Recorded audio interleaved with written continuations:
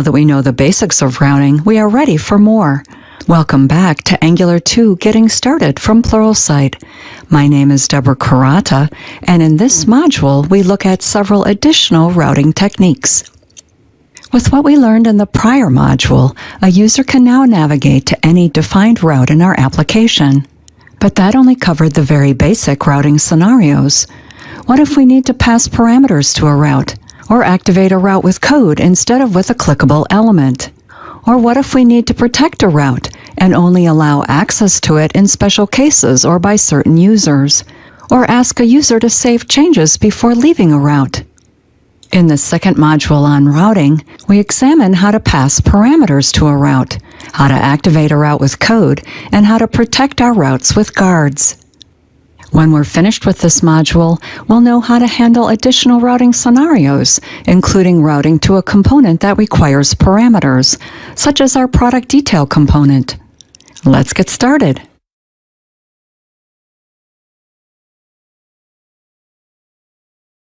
We sometimes need to pass parameters to a route. For example, to navigate to the product detail view, we need to define which product's details to display. The first step to passing parameters to a route is to configure the route with parameters. We've already done this step to route to our product detail component. Here we define a slash, a colon, and a placeholder for the parameter. If multiple parameters are needed, we'd repeat this with another slash, colon, and placeholder. With the route definition in place, we can decide where we want the user to activate this route.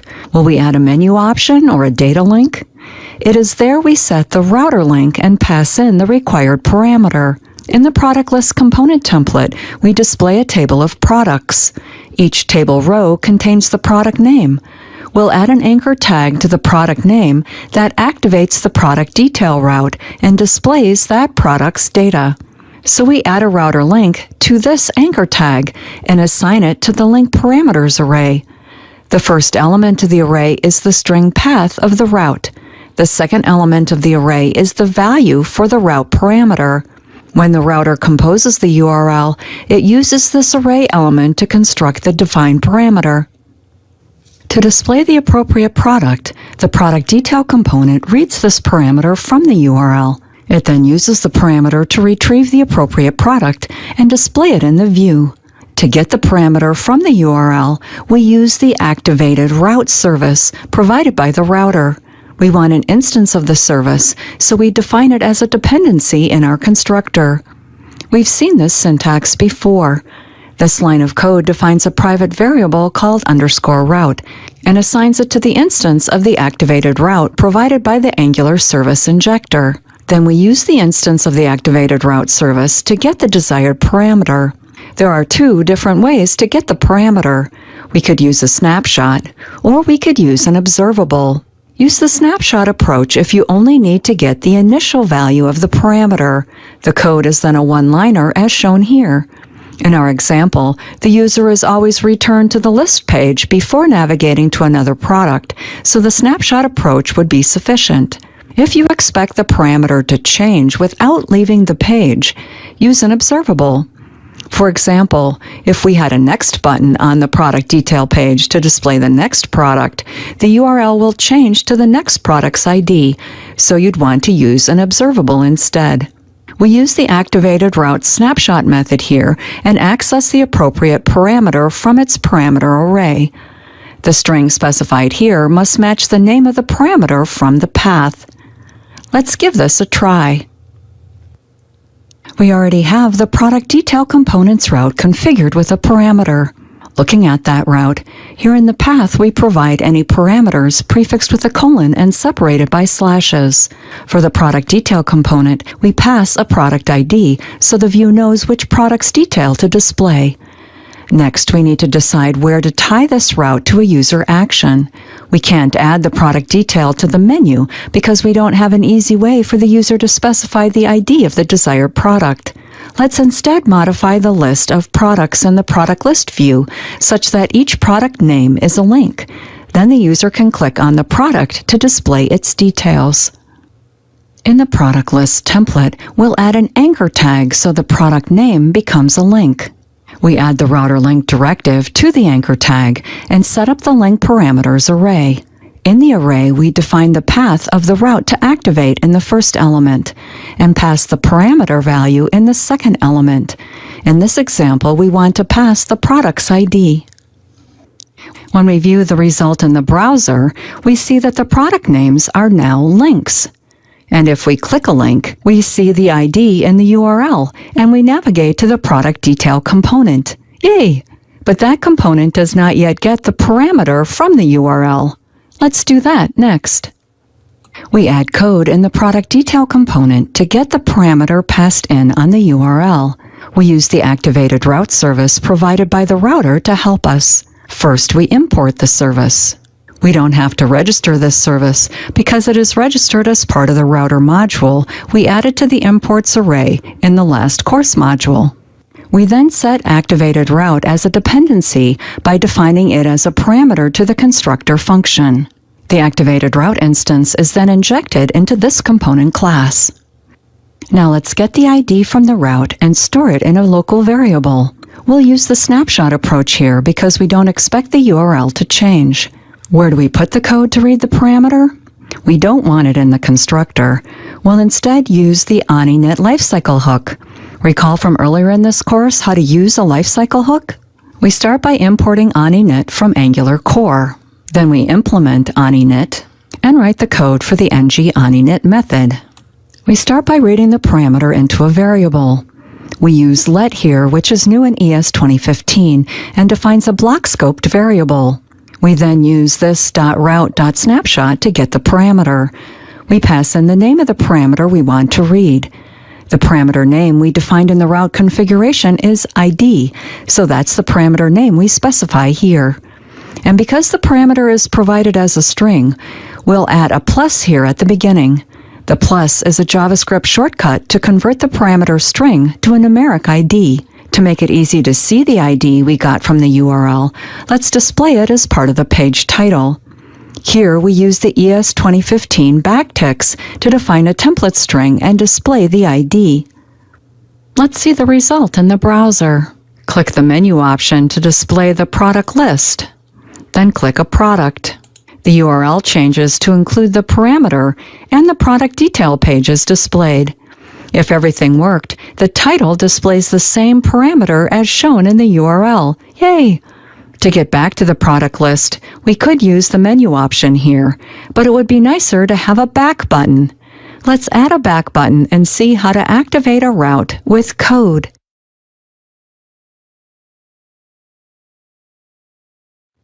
We want to add a back button to our product detail page that navigates back to the product list page.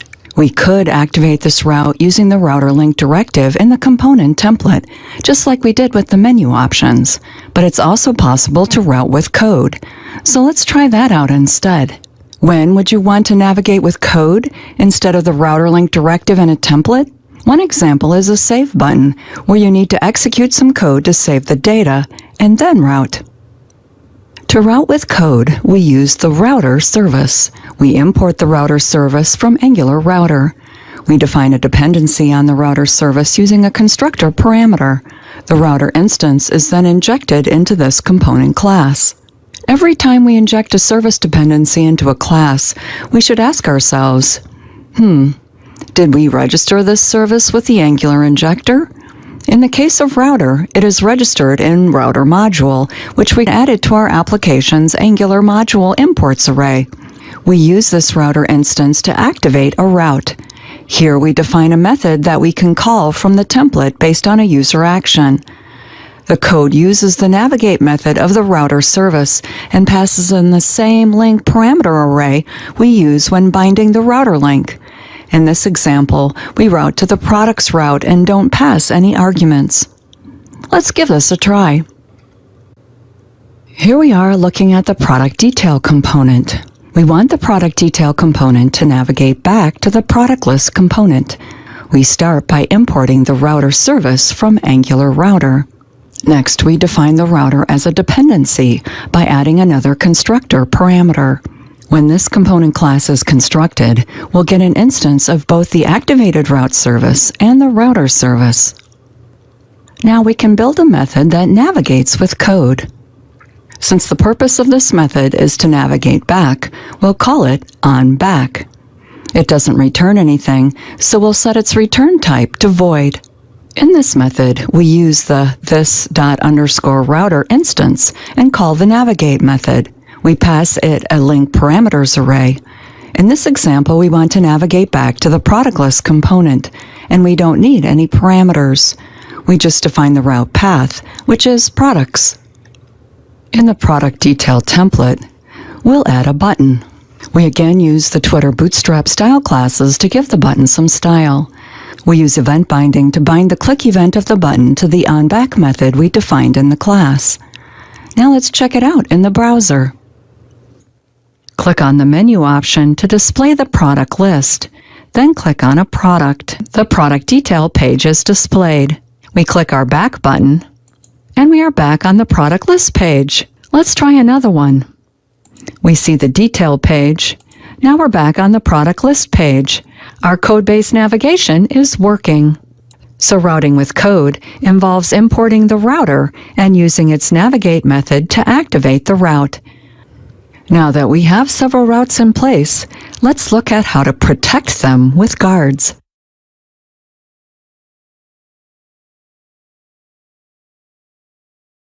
There may be times that we want to limit access to a route. We want routes only accessible to specific users, such as an administrator, for example, or we want the user to confirm a navigation operation, such as asking whether to save before navigating away from an edit page. For that, we use guards. The Angular router provides several guards, including canActivate to guard navigation to a route, canDeactivate to guard navigation away from the current route, resolve to prefetch data before activating a route, and canLoad to prevent asynchronous routing. In this clip, we work through how to implement the canActivate guard. You can use the same techniques we're covering here to implement any other type of route guard. We'll build a guard that prevents navigation to the product detail route unless a specific condition is true.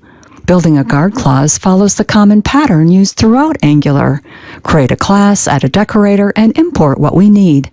Here we define a product detail guard class. Since we are implementing this guard as a service, we use the injectable decorator, and we import what we need. This class implements canActivate. To create one of the other kinds of guards, change this to implement one of the other guard types. We then implement the canActivate method. For simple cases, this method can return a Boolean value, true to activate the route, and false to cancel the route activation. For more complex cases, we could return an observable or a promise from this method. Because the guard class is a service, we need to register the service provider with Angular's injector. Unlike other services, however, the guard's service provider must be provided at the Angular module level. By providing the service at the module level, the router can use these services during the navigation process. So in this example, we register it in our app module by adding it to the provider's array. Using a guard is simple. We built the guard to protect the product detail route, so we add the guard to the product detail route. We add canActivate and set it to an array containing the guards to execute before this route is activated. In our case, there is only one, our product detail guard. Let's give this a try. We want to build a guard that prevents navigation to the product detail component if the provided URL parameter is not valid. Recall that the route definition for the product detail component includes an ID, but there is nothing here that defines that this ID has to be numeric or greater than 0. So our guard should prevent navigation to the product detail route if the ID is 0 or not a number. We begin by creating a new file for the guard service. Since this guard is only for the product detail route, we'll add it to the products folder. We'll select New File and name it product-guard.service.ts. As always, we start with the class. Since this particular guard should be checked before activating the product detail route, we implement can activate, so we need the import for that. The router guards are imported from Angular Router. Since this is a service, we'll add the injectable decorator and the import for that.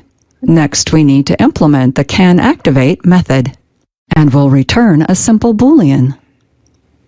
What do we want this method to do? We need to check the route URL and ensure that the ID passed in is valid. Luckily for us, can activate has a parameter that gives us the activated route snapshot. The activated route snapshot contains the information about a route at any particular moment in time. Now I'll paste the code for the method body and we can talk through it. The product detail route URL is comprised of two segments, product and the requested ID. We only care about the ID, so we pull the path from the second element, which is index of 1. The plus here at the beginning converts the URL path string to a number. If the resulting value is not a number or less than 1, we display an alert, direct the user to the product list page, and return false to abort the current operation. Notice that this code is the same code we used to activate a route with code that we saw in the last clip. And as we saw in the last clip, to use the router, we need to inject it into the constructor and add it to the imports. Here we return false to abort the current navigation. And here we return true to continue activating the route. Now, we don't normally want to display an alert from our application. In a real application, we'd route to an error page that would notify the user of the problem and optionally provide a button for navigating back to the product list page. But this is good enough for our purposes. Because this class is a service, we need to register the service with Angular's injector. As we discussed on the slides, the guard's service provider must be provided at the Angular module level. We'll start by importing our product guard service. We don't have a providers array defined for our app module yet, so let's add one. Then add the product detail guard to the providers array. Now the router can use this service during the navigation process. Next, we need to hook up this guard to the appropriate route. We add the can activate property to the route definition for the product detail component and set it to an array. In the array, we specify each guard we want to execute when activating the product detail route. In this case, we have only one. That should do it. Let's give it a try. If we view the product list page and select a product, our URL is valid and we navigate to the page. If we instead type in a URL that is not a number, we see our message. The product detail route navigation is canceled and we are redirected to the product list page. It works. Use route guards anytime you want to prevent access to a route, confirm navigation away from a route, or preload data for a route. So let's finish up this module with some checklists.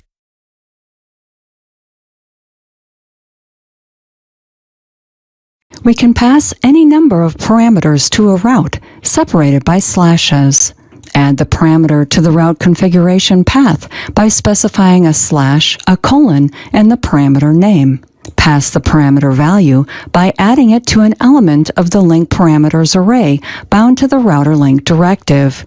Read the parameter value in the navigated component using the activated route service. Notice here that the parameter name, ID in this example, is exactly the same as in the route definition. To activate a route with code, use the router service. Be sure to import the service and define it as a dependency on the constructor.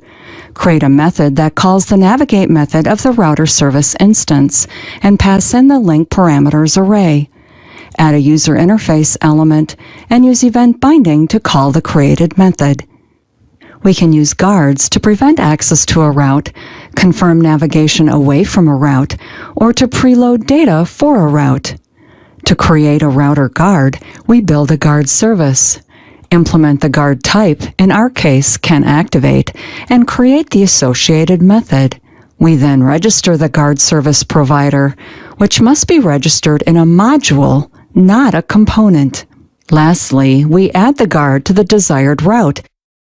In this module, we covered some additional routing techniques, including passing parameters to a route, activating a route with code, and protecting routes with guards.